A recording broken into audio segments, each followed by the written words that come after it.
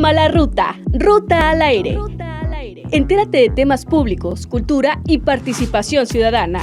Toma la ruta, Ruta al Aire.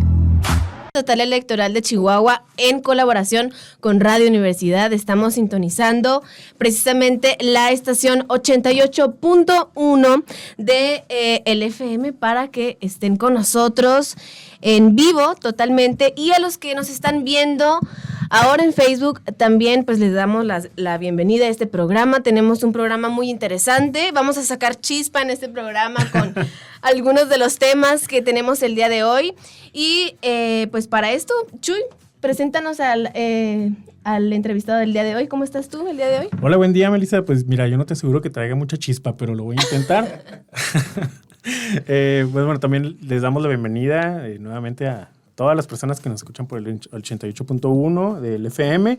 Hoy, este martes 6 de agosto, como dices, Melissa, pues bueno, tenemos un programa, en este caso está dedicado a los pueblos indígenas, porque el próximo 9 de agosto tenemos la conmemoración del Día Internacional de los Pueblos Indígenas. Es una celebración que desde 1994 así la determinó la Asamblea General de las Naciones Unidas.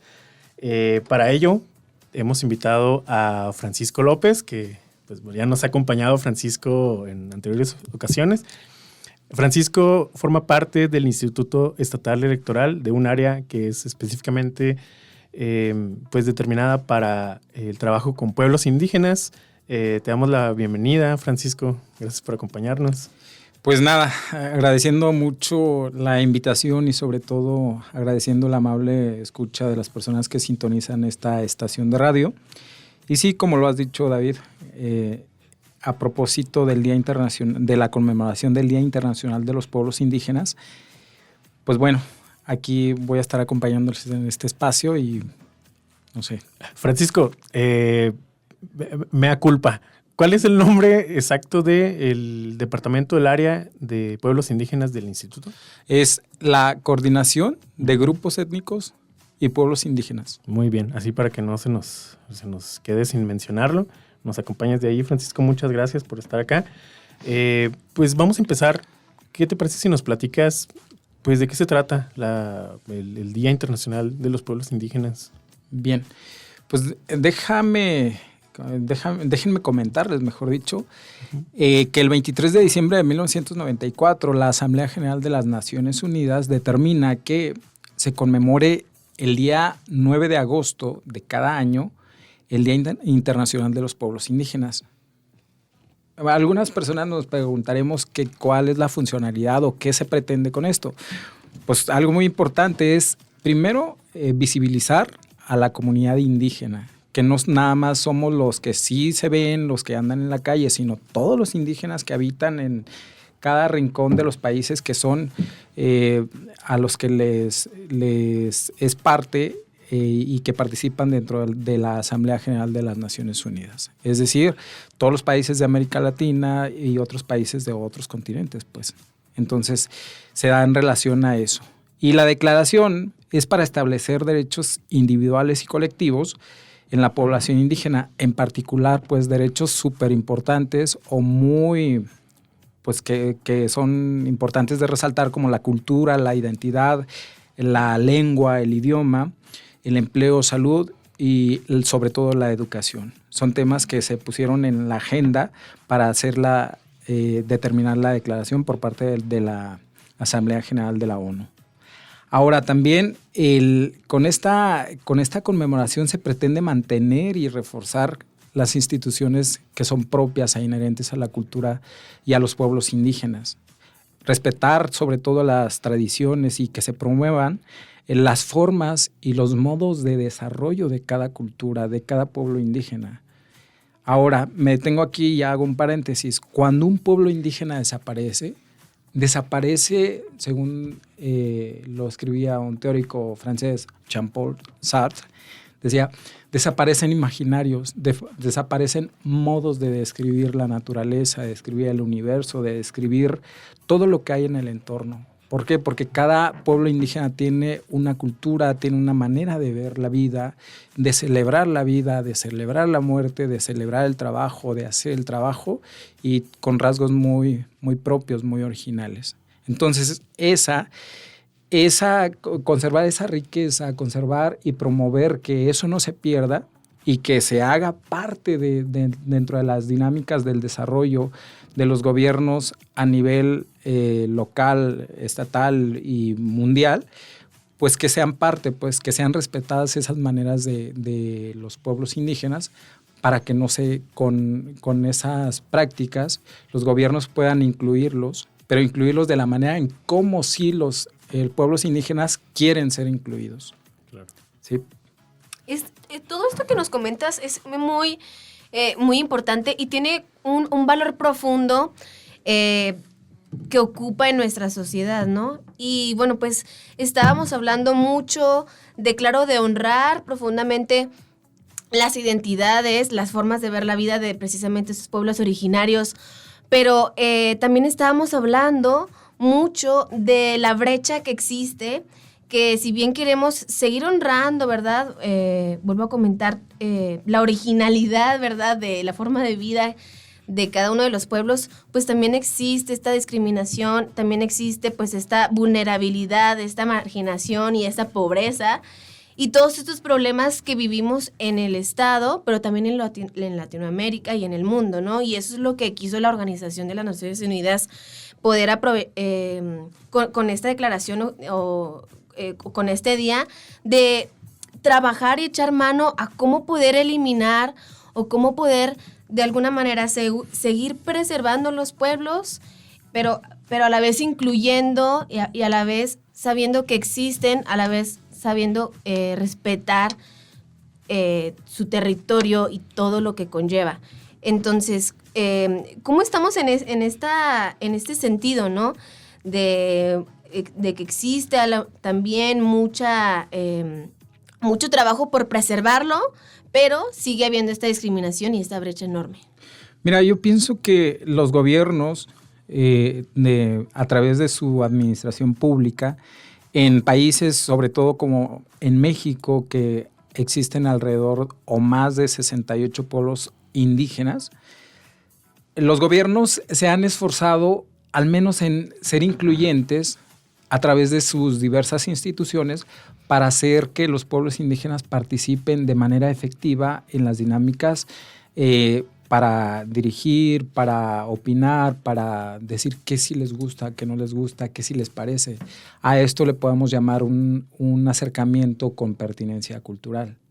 Que falta mucho trabajo por hacer, sí hace falta, pues, por supuesto, pero es una dinámica que se va dando poco a poco y es un encuentro que se va generando de acuerdo a una política institucional basada en la empatía, en el reconocimiento de la otredad, en el reconocimiento de la riqueza que los otros pueden aportar, se pueden aportar mutuamente. A esto le llamamos pues corresponsabilidad. Pues la corresponsabilidad consiste en que las dos partes que están en diálogo pueden aportarse mutuamente conocimiento, pueden aportarse pues maneras de ver incluso la realidad en la que se vive. En este caso, al referirme a los pueblos indígenas, pues sí, los pueblos indígenas tienen mucho que aportar, tanto es que en México, que es un país que se le considera diverso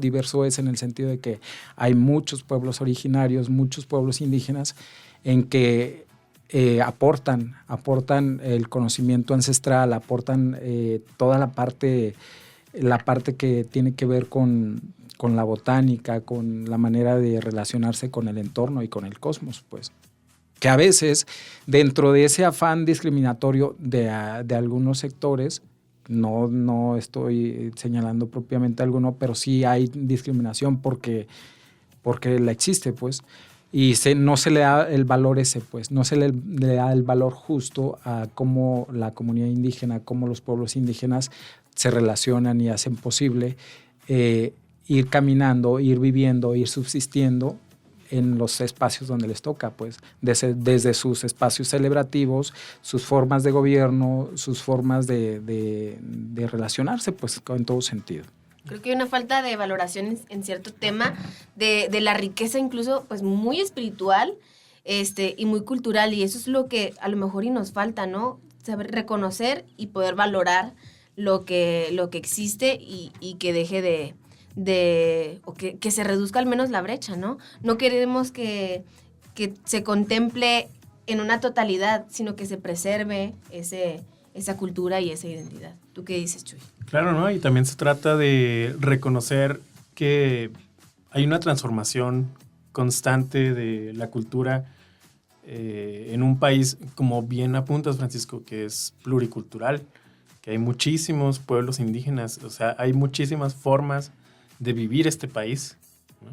Y a partir de eso también creo que es importante pues no olvidar que este país se construyó sobre las bases y la cultura de pueblos indígenas u originarios, como se le ha venido llamando también, porque justamente eran las personas pobladoras originalmente y que dieron origen también. Hay como una doble acepción ahí de la palabra de originario, que dieron origen a este país, ¿no? Y sobre eso, Francisco, pues bueno, quisiera preguntarte, tú siendo parte de uno de los pueblos indígenas del estado de Chihuahua, ¿cómo vives el Día Internacional de los Pueblos Indígenas? Es decir, tú desde el trabajo que realizas en el Instituto Estatal Electoral sobre este tema en particular, ¿cuáles son también las necesidades, inquietudes justamente de los pueblos indígenas del estado de Chihuahua en cuanto a una representación en los sistemas que tenemos tanto de gobierno como de elección? ¿Cuál es el sentir desde ese punto de vista? Pues mira, mi sentir como Francisco, siendo integrante de la comunidad Rarámuri, a mí me pasa lo siguiente. Primero, estoy en una institución que se encarga pues de organizar, de dar impulso a todo el tema electoral. Obviamente, pues con la inclusión de diversos grupos, no solamente indígenas, sino grupos que están en desventaja, por eso las acciones afirmativas y tal. Pero volviendo al tema indígena, a mí nos toca mucho dentro de la coordinación de grupos étnicos y pueblos indígenas dar seguimiento a temas que tienen que ver con los embates sobre todo que giran en torno al reconocimiento y a la visibilización de cómo quiere la cultura, cómo quieren los pueblos indígenas del estado de Chihuahua ser vistos, ser respetados, ser tomados en cuenta, ser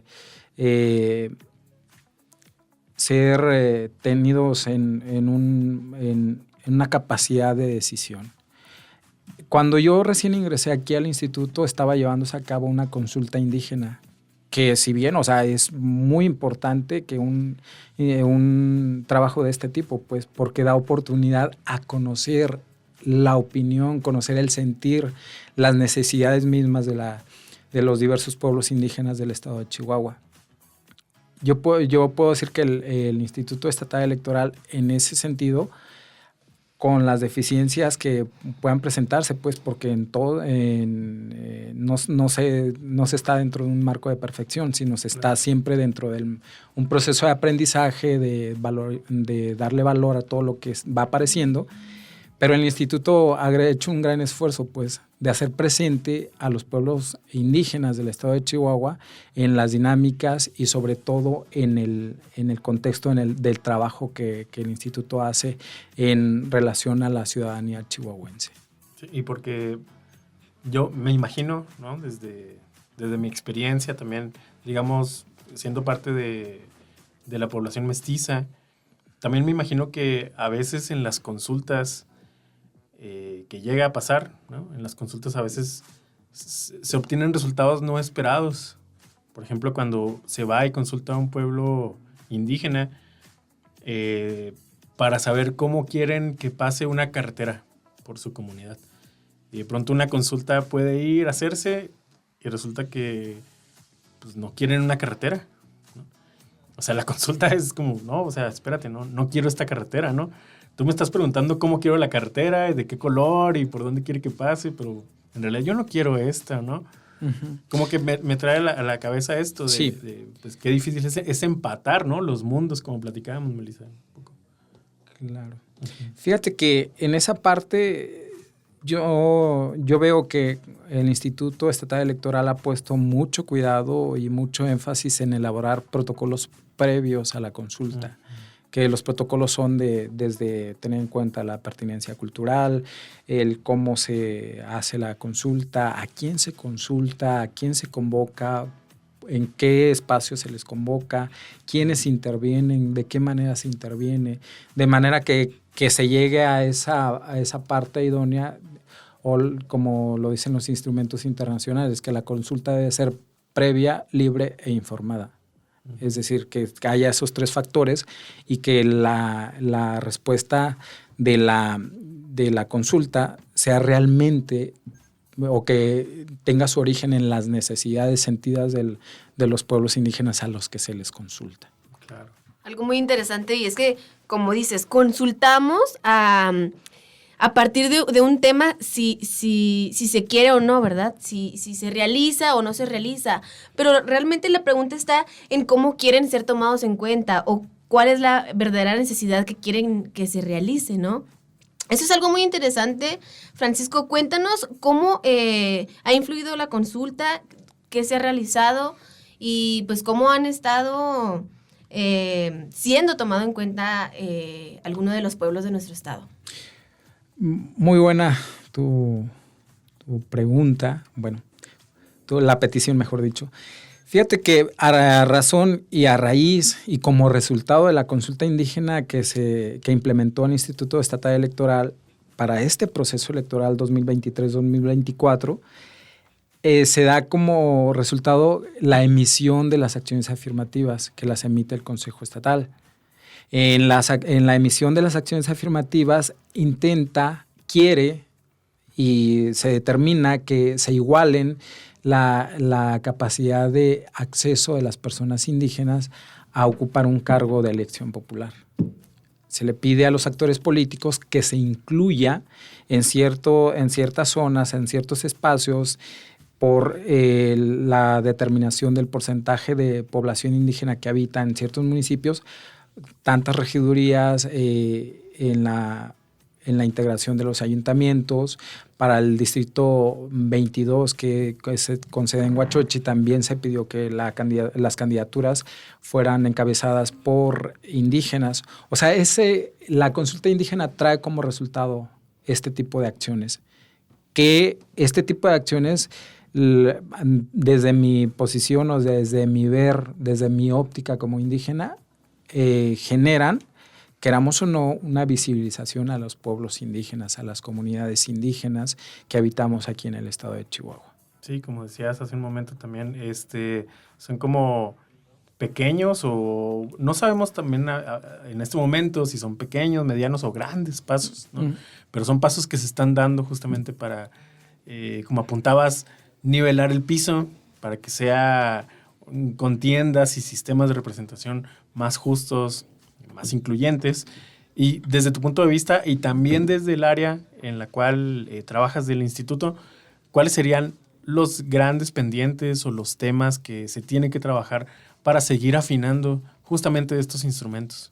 Pues mira, dentro del trabajo, dentro de los avances más que nada graduales que se van dando, porque el trabajo con pueblos y comunidades indígenas no es fácil, pues, porque no todos viven en una ciudad como Chihuahua, organizada en colonias, en barrios y lo que sea. O sea, la comunidad indígena y sobre todo la comunidad rarámuri a la cual pertenezco, vivimos dispersos en la sierra, donde sí hay espacios donde entran vehículos, donde hay comunicación, internet, teléfono y lo que sea, pero hay otros espacios que no hay ese tipo de comunicaciones, en tanto que esto vuelve que no haya efectividad, pues, para incluir a todas las personas. Y no es que no se quiera incluir a las otras personas, es que humanamente y técnicamente no se está en esa posibilidad. Pero veo que dentro de ese proceso gradual del encuentro, de la inclusión, se está trabajando, pues se trabaja y cada vez más se trabaja dentro de todos los sectores del gobierno, pero me centro más en el esfuerzo que hace el Instituto Estatal Electoral. Platícanos un poco de las etnias del estado, porque sabemos que no nada más existe la rarámuri y, como bien dices, están dispersas en el estado. Entonces, platícanos un poquito también de las etnias que existen. Y mi pregunta es también, ¿quieren ser realmente incluidos o quieren autodeterminarse, no? O si bien estas dos cosas pueden coexistir en un sistema electoral. Bien. Bueno, a la primera. En el estado de Chihuahua existen o habitan cuatro pueblos indígenas que se les llama originarios. Y hay otros más que son residentes, que son indígenas que llegaron de otros estados y que ya se quedaron a vivir.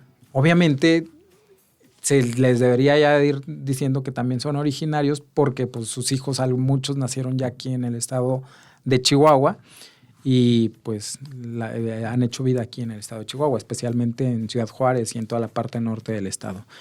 Pero los pueblos indígenas originarios del estado de Chihuahua son 4.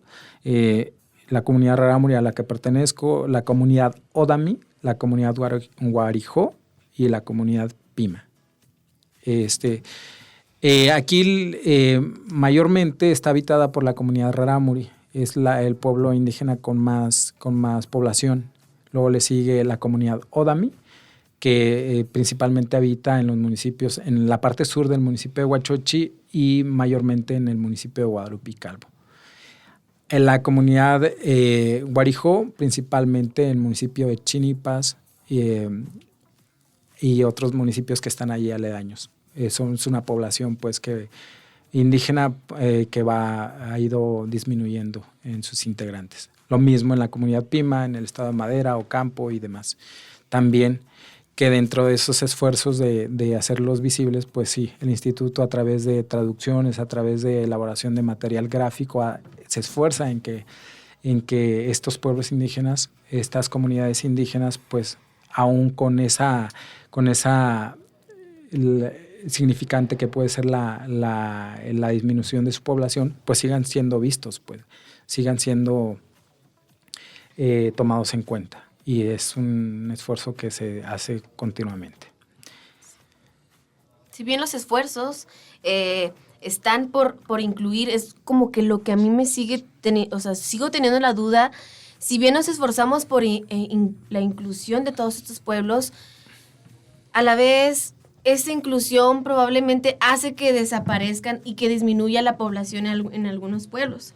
Entonces, ¿qué es lo que se hace con eso, no? O sea, ¿quieren los pueblos ser incluidos o quieren pertenecer o de pronto ya la cotidianidad pues ya los hace migrar al estado o a la ciudad y ya no pertenecen a la población originaria en la que nacieron o sus hijos, como bien dices, ya nacieron aquí?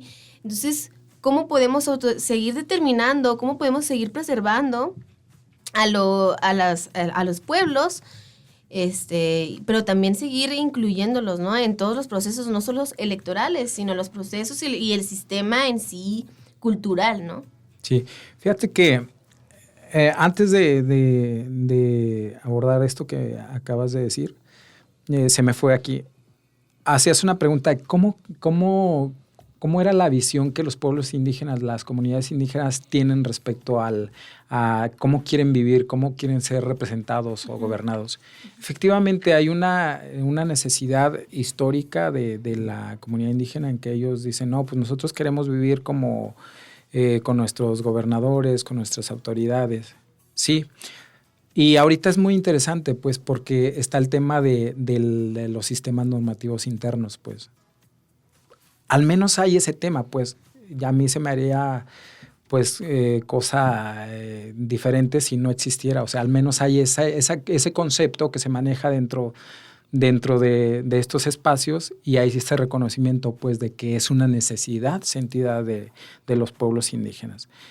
Ahora, ahorita hay pueblos indígenas del estado de Chihuahua que han solicitado migrar de un sistema de partidos a un un sistema de normas internas, pues, de cómo ellos quieren elegir quién los represente, cómo los represente y demás. Pero son procesos que se van dando, pues. Son procesos que van generando pauta y van siendo punta de lanza para otros procesos que deben ser respetados, pues, y deben de ser vistos también, sobre todo para que autoridades, no solamente el instituto, sino otras autoridades sepan que los pueblos indígenas, desde la migración, como lo decías, desde salir de la sierra tarahumara, irme a vivir a Juárez, venir a vivir aquí a Chihuahua o a otros lados, pues también no dejo de ser rarámuri, pues. Pero qué tanto esos entornos, qué tanto esas dinámicas con las que la comunidad indígena se va encontrando en la ciudad, en los espacios, que ya no son los mismos que hay en la sierra, qué tanto influyen para dejar de decir, dejar que digan o dejar que me vean, que ya no me vean como indígena. Decir, no, pues este ya usa celular, ya no es tan indígena. Este ya estudió en la universidad, ya no es tan indígena. No, yo veo como indígena esa parte como muy rica, como con mucha posibilidad, pues, de potencializar el diálogo entre la comunidad que no es indígena y la que sí es indígena, pues, de un reconocimiento como más corresponsable, más posibilidad de entendimiento, pues. Claro, y volvemos justo al inicio de este bloque, ¿no? Cuando platicamos un poco de, pues, la transformación cultural que está siempre en constante movimiento.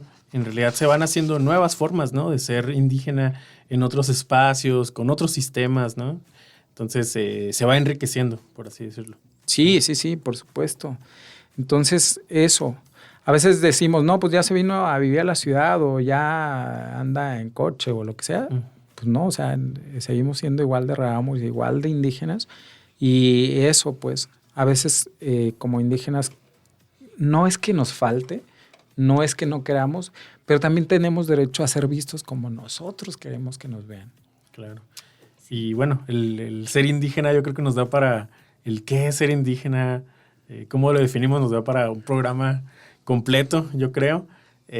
Francisco, te agradecemos mucho que hayas estado hoy con nosotros para platicar sobre el Día Internacional de los Pueblos Indígenas. Te hacemos la invitación de una vez para que sigamos platicando en estos micrófonos sobre lo que viene a partir del los sistemas normativos internos, que yo creo que también vienen a revolucionar pues la vida democrática y participativa del estado de Chihuahua. Entonces, ojalá que en próximos programas puedas acompañarnos y platicarnos más sobre esto. Muy bien. Oye, pues si me permiten algo así para concluir. Claro. Bueno, desde la Coordinación de Grupos Étnicos y Pueblos Indígenas del Instituto Estatal Electoral, me toca decir que el Día Internacional de los Pueblos Indígenas es una manera de reafirmar la diversidad de la acción institucional de este instituto y que es el esfuerzo, pues, para proteger los derechos políticos y electorales de la comunidad indígena. Francisco, muchas felicidades por el trabajo que haces en el instituto y por supuesto por también lo que representas y las nuevas formas de vida que, como bien dices, se van a ir formando y transformando nuestro sistema, ¿verdad? Tanto lo electoral como lo cultural. Te despedimos, nos estaremos viendo ahí en próximas ocasiones y pues esperemos invitarte, por supuesto, nuevamente al programa. Vámonos un corte, ¿verdad, Chuy? ¿Qué tendremos en nuestra segunda sección? La cultura es súper importante y vamos a tener unos invitados. Así es, en nuestro segundo bloque tendremos una compañía de teatro que viene a invitarnos a, pues, un evento muy especial que tienen. Entonces vamos a un corte y regresamos. Toma la ruta, ruta al aire. En Chihuahua, el sistema a través del cual se asignan las diputaciones de representación proporcional o plurinominales es por medio de un sistema de rondas que se definen por el porcentaje de votación. Este porcentaje se obtiene de los resultados de la elección. Primero, se hace una depuración total de votos, donde se eliminan votos nulos, no válidos y candidaturas no registradas. De aquí sale la votación válida emitida. Luego se hace una segunda depuración, donde se eliminan aquellos partidos que no alcanzaron el 3% de la votación válida emitida. Y aquí sale la votación válida emitida para efectos de asignación. Después comienzan las rondas hasta 11 diputaciones de representación proporcional, conforme al porcentaje que hayan obtenido cada partido político en la elección de diputaciones en el estado de Chihuahua. Los requisitos para que los partidos puedan acceder a este sistema de rondas de asignación son 2: que hayan postulado más de 14 diputaciones en el estado y que hayan obtenido el 3% de votación. Es importante saber que en cada ronda se cuidan los límites de subrepresentación y sobrerepresentación. La subrepresentación se ajusta al final del procedimiento, mientras que la sobrerepresentación se va revisando en cada una de las rondas. El margen que la ley establece para la sub y la sobrerepresentación es de -8 y +8%, es decir, al final de las rondas todos los partidos deben quedar entre estos límites. Pero hay un aspecto más que cuidar, la paridad de género, que se revisa para ver si es necesario hacer alguna compensación. Recordemos que el porcentaje de la paridad de género que existe en la ley es del 50 y 50%. Debido a que las diputaciones en Chihuahua son 33, no se obtiene nunca el 50% exacto. Por eso, ¿cómo se debe privilegiar el acceso de las mujeres a ejercer el cargo público? El mínimo de paridad es de 17 mujeres o personas del género femenino y 16 hombres o personas del género masculino. Esto no quiere decir que no haya la posibilidad de que hayan 22 personas del género femenino y las restantes del género masculino. Es decir, siempre habrá paridad de género cuando sean más mujeres que hombres. En una verdadera democracia, tu voto es tu voz. Es la fuerza que impulsa la democracia y la libertad. El IE es la institución que protege esa fuerza, asegurando elecciones transparentes y autónomas. Tu participación es fundamental para que esto se fortalezca. Juntas y juntos, hacemos la democracia que queremos. Instituto Estatal Electoral de Chihuahua. Entramos con tu oh my God. Ya sé, ya entramos al aire. Esta segunda sección es dedicada a la cultura. Sabemos que la cultura es parte de la participación y más en el estado de Chihuahua, que tenemos pues tanta riqueza. Y el día de hoy nos acompaña Francisco López. Ay, no. Que diga, es que yo ya ando aquí leyendo muy mal los nombres. Ángel Chacón y Melissa Luján de la compañía de teatro Producciones Barbarelas para invitar a la obra El Hijo del Sol Naciente. Chicos, les damos la bienvenida. ¿Cómo están? Todo muy bien. Muchísimas gracias por la invitación. Estamos muy entusiasmados. Yo leyendo doble. Bueno, ni modo. Gracias por acompañarnos, por estar aquí en este espacio de Ruta al Aire, que es el programa del Instituto Estatal Electoral. Este segundo bloque siempre lo dedicamos, Melissa, a el arte y la cultura local, porque nos parece sumamente importante siempre hablar de qué se está haciendo en la ciudad y en el estado de Chihuahua, porque esto al final resulta siempre una forma de participación ciudadana y de apropiarse de espacios que son bien necesarios y diálogos, ¿no? Desde el arte, en este caso desde el teatro. Bienvenido, bienvenida, Ángel y Melissa. Como bien decía Melissa, aquí tu tocaya, vienen a invitarnos a una obra que se llama El Hijo del Sol Naciente, que se estará presentando los días 16 y 17 de agosto en el Teatro Bárbaro. Platíquenos sobre esta obra. Ok, bueno, imagínense que esta época en la que vivimos deja de existir con toda nuestra tecnología, con todos nuestros avances, y volviéramos a empezar. Entonces volvemos a una época totalmente tribal, volvemos a los ritos, a las costumbres, a la adoración al sol, técnicamente. Y pues en este mundo pues le ponemos algo de fantasía y están esperando la llegada del Hijo del Sol Naciente, que es una figura que va a guiar a los pueblos a una figura mesiánica. El elegido. Ajá, sí. El elegido. Pero pues como no todo es color de rosa, pues hay un pueblo que interpreta esta llegada de una forma y hay otro pueblo que la interpreta de otra manera.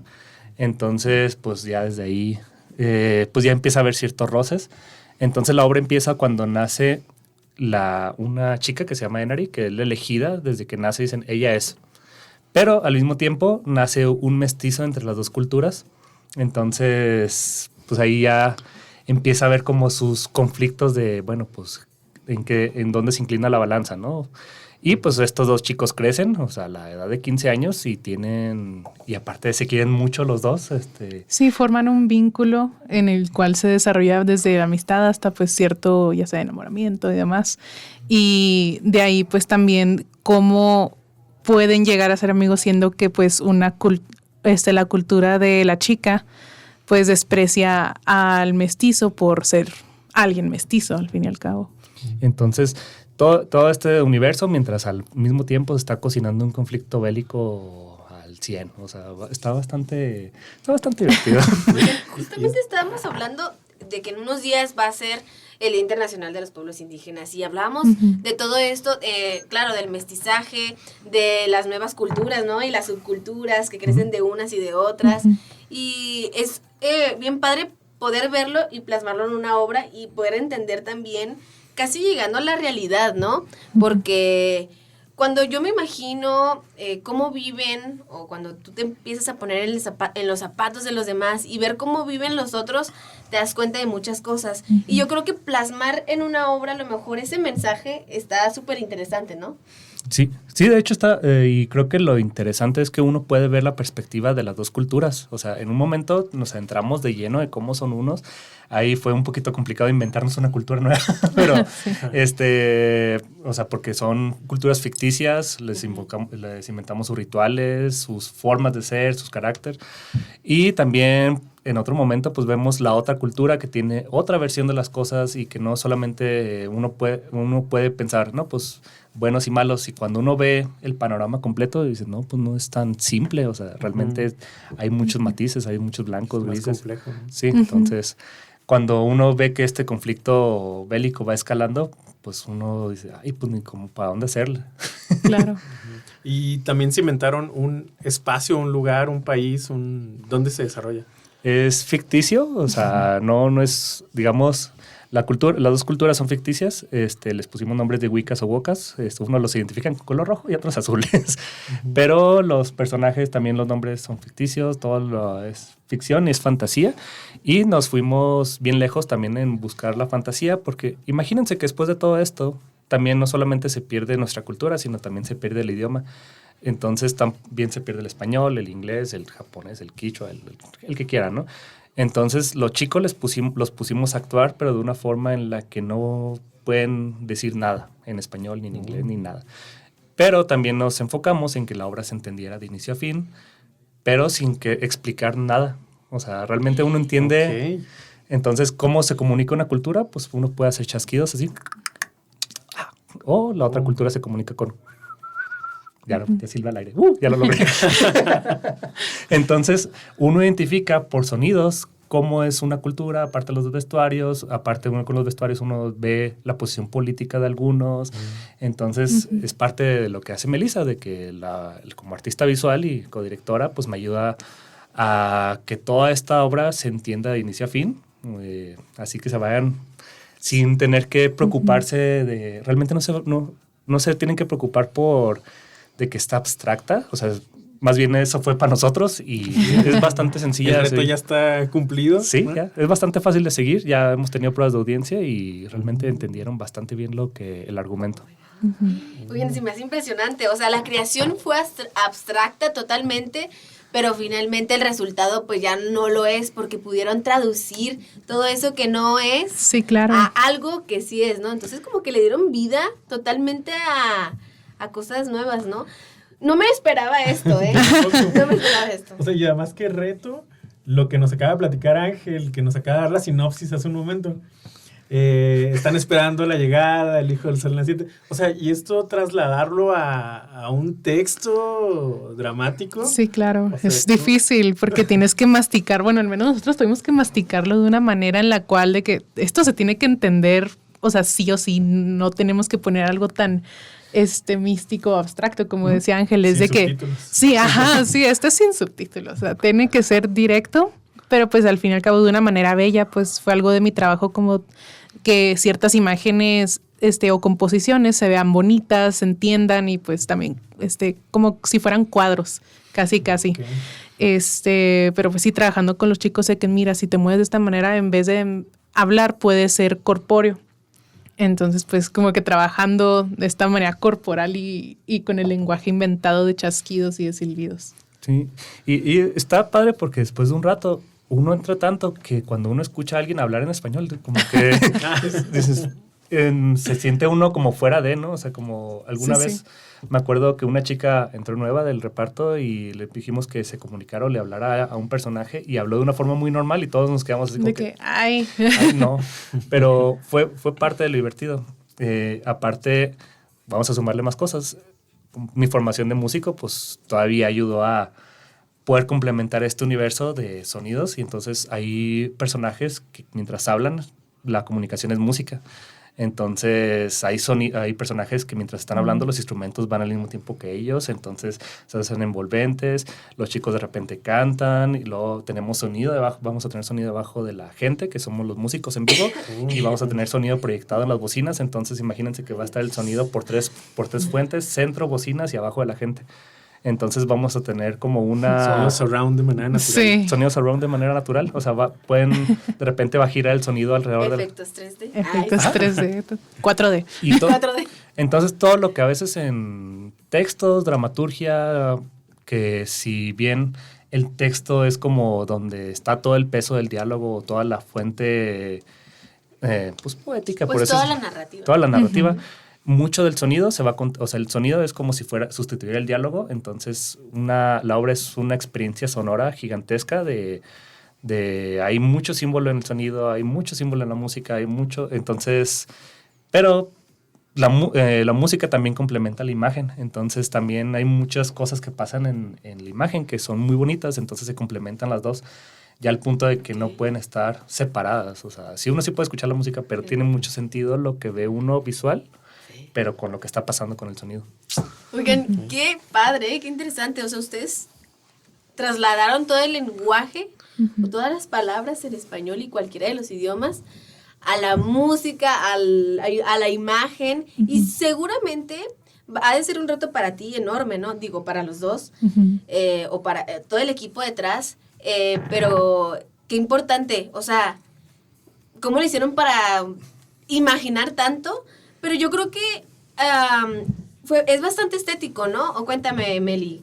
Es bastante estético, fue un reto, porque imagínense, ¿no? O me imagino yo que si no tenemos ese lenguaje, si no tenemos como esa base y crear algo nuevo, o sea, es complicado, ¿no? Sí, claro, pues para mí fue un reto en cómo, o sea, pues sí, totalmente artista visual, pero en cómo, por ejemplo, a través de pinturas, que es, pues yo sí soy artista visual de cajón, pero en cómo yo me imaginaba, en cómo en pinturas estas personas demostraban que estaban tristes, cómo demostraban que tenían dolor o que estaban felices o que estaban bailando.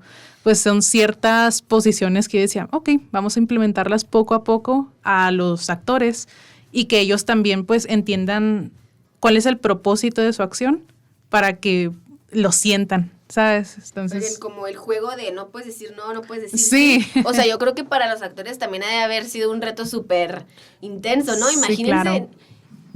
que ahí se les salga alguna palabra o lo que sea, o sea, ese reto de hablar en otro idioma o en puros chasquidos o en puros, me imagino que usan muchísimo la mímica, etcétera, ¿no? Uh-huh. El cuerpo, por supuesto. Sí, también, es que de repente nos dimos cuenta, o ya investigando o buscando maneras, que las personas somos un 30% palabras y un 70% gestos, no sé, movimiento de manos, movimiento de cejas, muecas, o sea, realmente muchísimo de lo que nos comunicamos es... o sea, el que se puede comunicar verbalmente, pues mi respeto, si estoy batalla aquí, espero no aburrir, pero realmente la gente, o sea, normalmente nos comunicamos de formas implícitas o, por ejemplo, todos sabemos cuando nuestra madre está enojada sin decirnos nada, ¿no? O sea, tiene un gesto muy particular y entonces decimos, ay, pues ya dejó lo que estaba haciendo, ¿no? Entonces, pues pudimos explorar un poquito de eso, ¿no? De, bueno, de donde no es como que estemos derrumbando todo el lenguaje, ¿no? Más bien agarramos cosas que conocemos de, bueno, cómo este personaje se enoja o cómo puede, y un personaje es la madre del mestizo. Entonces, pues al mestizo pues es travieso, a sus 15 años anda haciendo loqueras, entonces tratamos de recordar las miradas de nuestros familiares y pues bueno. Pues, esos estate quietos, ¿no? Esos estate quietos con la mirada. Y pues realmente es muy, muy satisfactorio que ya después de tanto tiempo, pues sí tratamos de...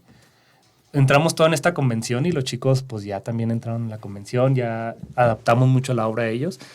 Y pues en general, ¿cómo lo llevamos? Pues toda esta obra es una partitura gigante. O sea, que realmente son puras instrucciones de muévete para allá, haz como que haz esto, haz como haz esto.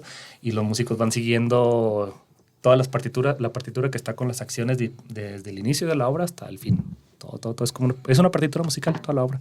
Qué bonita imagen que sea una partitura gigante, porque justamente estaba yo pensando en cómo se ve esto escrito en un guión. Sí. Dije, pues esto se parece más como una partitura, ¿no? Sí, sí, sí. Ajá, como lleno de acotaciones y de... Ajá, de hecho, sí hay uno, ¿no? O sea, hay un guión, o sea, que sí se lo dimos a los actores, que fue imágenes y luego pues como una pequeña explicación de las imágenes, o sea, ya por escrito, pero también tu guión es...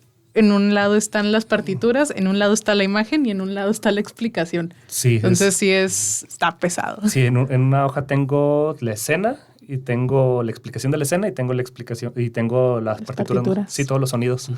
Entonces, como director, pues de repente es así como que estoy poniendo un ojo acá y el otro ojo de los músicos y luego viendo todo. Tripartita, ¿no? Sí. Multitasking. Entre ustedes dos hicieron la escritura del guión, ¿es la autoría de ustedes dos? Empecé yo el montaje haciéndolo solo. Empecé como desde la idea donde no tenía idea de qué iba a pasar, con la hoja en blanco románticamente, y después de un rato, pues hay que admitir cuando los proyectos o ciertas cosas nos superan. Entonces fue cuando hablé con Melissa, que Melissa es parte de Producciones Barbarelas desde 2019, más o menos. Más o menos, sí. Entonces ya nos ayudaba en varias áreas. Entonces fue cuando estábamos platicando, tuvimos una gira y pues estaba Melissa con nosotros y dijimos, bueno, oye, Meli, tengo esta idea. Entonces traigo la idea de esta escena. Le platiqué una parte en particular y luego ella sacó su tablet y luego se puso a dibujar. Y dijimos, mira, si hiciéramos esto. Y luego de repente le dije, bueno, ¿qué tal si me ayudas a como coordinar lo visual de lo escénico? Pero pues se fue metiendo cada vez más, entonces de repente... Sí, no, me arrastraron, me jalaron de las patas casi. Pero también se dejó ella. Sí, también. O sea, tú terminaste siendo creadora tú también junto con él, ¿no? Y los dos, o sea, lo crearon juntos, ¿no? Sí, pues ya hubo una sinergia bastante increíble, donde pues yo también fue de que, bueno, déjate ayudo con esto. Oye, ¿no crees que esto deberíamos de hacerlo así? Entonces ya fue como que, como que de repente ya soy codirectora, ¿qué onda? Claro, qué padre.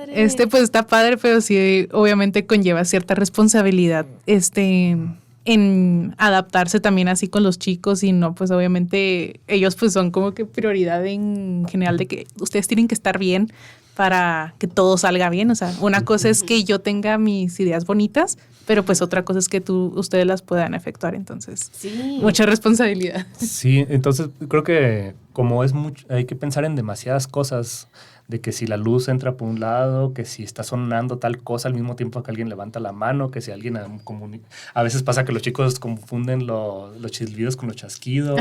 Sí. Pero, ¿cuál era esta tribu? Y lo yo, el azul. Que si alguien sí hizo la composición visual o que se formen ciertas imágenes muy bonitas, pues requiere mucha atención, entonces requiere muchos ojos y muchos oídos. Y a veces... pues Melissa me hace observaciones que digo, ok, tengo que ponerle atención a esto, también hago observaciones a ella, entonces constantemente tenemos... Mucha retroalimentación. Oigan, qué padre, se ve que seguro hacen algo muy mágico. Creo que la estética, muchas veces la estética y tú como artista visual, ayuda mucho, ¿no? A clarificar todo y que a lo mejor no que sea fácil, pero que sí, o sea, que lleve un orden y que finalmente sea plasmado de como que una manera más limpia posible, ¿no crees? Sí, claro. Hasta incluso detrás en el backstage, o sea, sí soy de que la señora que organiza todo, de que, chavos, aquí están sus vestuarios y todo, como que hasta incluso en backstage trato de dejar que todo sea tan claro posible. Y siempre me dicen eso de que, ay, qué ordenada, que esto, que el otro. Y yo de que, pues es que me gusta que todo de primera mano, o sea, que lo veas y digas, ah, muy bien, es esto, Sí. se entiende, es lo que es, ¿no? Oigan, ¿y ustedes cómo se conocieron? O sea, ustedes, ¿dónde estudiaron? Cuéntenme un poquito de ustedes. ¿Dónde estudiaron y cómo se conocieron? Ok, bueno, pues tiene que ver que mi esposa entró a un espectáculo que fue en 2018, 2019. 2019 era un musical de aquí de la UASH, se llamaba Noches de Broadway, y pues a mí me encantaban los musicales, todavía me encantan, y pues dije, a ver qué sale, y ahí nos conocimos, Bárbara y yo, y nos hicimos muy amigas, y de ahí ella me dijo, oye, ¿me ayudas en tal obra haciendo coros, que esto, que lo otro? Y yo, claro que sí. Y luego ya se topó con este loquito que le dije, mira, vas a hacer esto, vas a cantar de esta manera, te vas a maquillar así. Hicimos una obra de terror y ya pues quedó el contacto y pues cada vez que salían otros proyectos, pues le hablaba a Melissa para que nos ayudara. Maquillaje o diseño como de personajes y así. Entonces, pues ahí quedó el contacto y la amistad. Entonces, de repente, pues cada cierto tiempo estábamos pues viéndonos, ¿no? Entonces ya cuando vimos esta oportunidad, pues ya fue que le invité porque me acuerdo mucho de Melissa que teníamos una obra y a veces, yo digo que cada quien disfruta la obra como se le da la gana y está muy padre que cuando Melissa me platicaba por qué le gustaban las obras, eran por cosas que yo no me imaginaba, que decía, es que cuando pasó este cambio de luz azul a una luz verde y esta persona levantó la mano de no sé qué cosa, o sea, me empezó a platicar como pues, en composición visual, ¿no? Claro. Y dije, pues que estaría padre que alguien lo llevara... Que fuera intencional. Que fuera intencional. Oigan, de eso hablábamos, o sea, de cómo cada quien nos imaginamos la vida distinto, o sea, cómo ustedes crearon una obra ficticia, es como también crearte en tu mente una vida nueva o una vida ficticia, y eso es lo que veníamos también ir relacionando un poquito. Chicos, ¿ustedes no utilizan la música, utilizan, no sé, figuras y un poquito de ese idioma, o de esa voz, pero no utilizan, por ejemplo, las luces, ¿no? Me imaginé ahorita que estuviste hablando así como que de la iluminación, etcétera, que a lo mejor siempre las luces también ayudan mucho, ¿no? Qué padre que cada quien se imagina. O sea, yo también nos están contando y me estoy imaginando cómo se ve todo esto, ¿no? No, y hay unas cosas donde el iluminador se saca un 10. O sea, sí, porque hay cosas, porque también hay cosas que no las podemos comunicar verbalmente o a veces buscamos no ser tan repetitivos, ¿no? Tenemos que darle un ritmo constante y como es mucha imagen, pues tenemos que hacer que las imágenes sean atractivas en todo momento. Entonces hay veces que la escena depende totalmente de la iluminación y salen unos efectos muy chidos. También hay un personaje, no, ya lo verán, que es empieza la historia con un pueblo cuando se presenta al hijo del sol naciente del otro pueblo, porque ya ellos ya tienen al suyo, digamos que puede ver uno cómo eso afecta en la música, se distorsiona la música, se distorsiona el ambiente, se distorsiona la luz. Entonces, ese es un efecto bastante interesante, que no solamente, o sea, como si hubiera algo en el ambiente, como si empezara a haber viento, como si se empezara a ir la luz. Como estática. Como por así estática en este decirlo. lugar. Entonces, un poquito de eso, pues también Sí, pedírselo al iluminador y es de que, caray, ¿cómo hago eso? Pero Como cuando se la rifa. Cuando se nubla y luego que está el sol y luego de pronto se nubla tanto que la luz aquí, por ejemplo, en cualquier lugar, se torna así súper lúgubre, súper gris. Entonces este personaje modifica tanto su ambiente de una forma muy distinta a los otros, que como que se siente en el teatro un poquito inmersivo cómo van fallando las demás cosas que se van viendo a lo largo de la obra. Justamente suena a una experiencia inmersiva, todo lo que nos están platicando. Se me antojó ya muchísimo el acudir a las funciones. Recuérdenos todos los datos para quien está interesada. Ok, pues 16 y 17 de agosto en Teatro Bárbaro. Caen en viernes y sábado. El viernes es a las 8, el sábado es a las 7. Pueden adquirir los boletos en teatrobarbaro.com. Pueden reservarlos llamando al teléfono de Teatro Bárbaro que viene en la página, o pueden comunicarse con nosotros a través de Producciones Barbarelas en Instagram o Facebook. Además, desde la página de teatrobarbaro.com es muy fácil adquirir las entradas. A mí Sí. Tienen pues el método de PayPal o también tarjeta de crédito débito, y pues ahí ya te dan como que el voucher de tu boleto en el cual pues puedes presentar cuando ya estés en la obra. Oye, pues con eso, ¿no? O sea, comprar los boletos en línea a mí se me hace una facilidad. Sí, yo siempre he comprado en línea en Teatro Bárbaro, que Súper además cómodo. decir, es muy cómodo y también es un gran espacio, es un espacio muy padre que vale la pena. Quien no conoce Teatro Bárbaro, que está ubicado en la calle Doblado 111, es el número, ¿verdad? Sí, y ya empezamos en la Colonia Centro. acaba de salir la preventa y ya se compraron algunos boletos, entonces diría que aprovecharan. O sea, Que se apuren, todavía hay, pero apúrense. Sí, porque sí de repente se compraron bastantitos, qué bueno que había gente. Afortunadamente hemos tenido gente que ha seguido el trabajo de Barbarelas, entonces esos fueron los primeros acá en comprar. Les diría, Oigan, y además estábamos viendo en sus redes sociales que eligieron a la obra El Hijo del Sol Naciente para ser parte de la red de teatros, Así que es esta convocatoria de la Secretaría de Cultura. La semana pasada estuvieron aquí justamente de la Secretaría de Cultura y Red de Teatros platicándonos sobre los eventos que va a haber. Entonces, no sé, ¿tienen fecha también ya para eso o todavía no? Sí, va a ser el 15 de noviembre, cae en viernes, en Teatro de la Ciudad. Pues ahí también se pueden hacer un chorro de cosas. Pues aprovechen, ahí va a estar, ahora sí que va a ser con este elenco bastante grande. Esta obra está pensada para foros Amplios. foros de gran tamaño, entonces ahí van a ver, hay cosas que puedo hacer en Teatro Bárbaro, que ahorita estoy adaptando la función para Teatro Bárbaro, pero en el Teatro de la Ciudad va a haber otras cosas también bastante interesantes. Muy bien. Oigan, pues muchas gracias por acompañarnos. Nos quedamos con muchas ganas de ver El Hijo del Sol Naciente. Recordamos, 16 y 17 de agosto, Teatro Bárbaro. Hay que ir para apoyar también al teatro local y el talento local. Gracias por acompañarnos. Muchísimas gracias por la invitación. Por ahí nos vemos en Teatro Bárbaro. Claro que sí. Felicidades, chicos. Muchas Gracias. Nos vemos. Esto fue Ruta al Aire y nos vemos el próximo martes, Chuy. Nos vemos el siguiente martes. Recuerden seguirnos en nuestras redes sociales y entrar a nuestra página www.iechihuahua.org.mx. Nos vemos el siguiente martes. Esto fue Ruta al Aire, el programa del Instituto Estatal Electoral de Chihuahua, por esta frecuencia universal.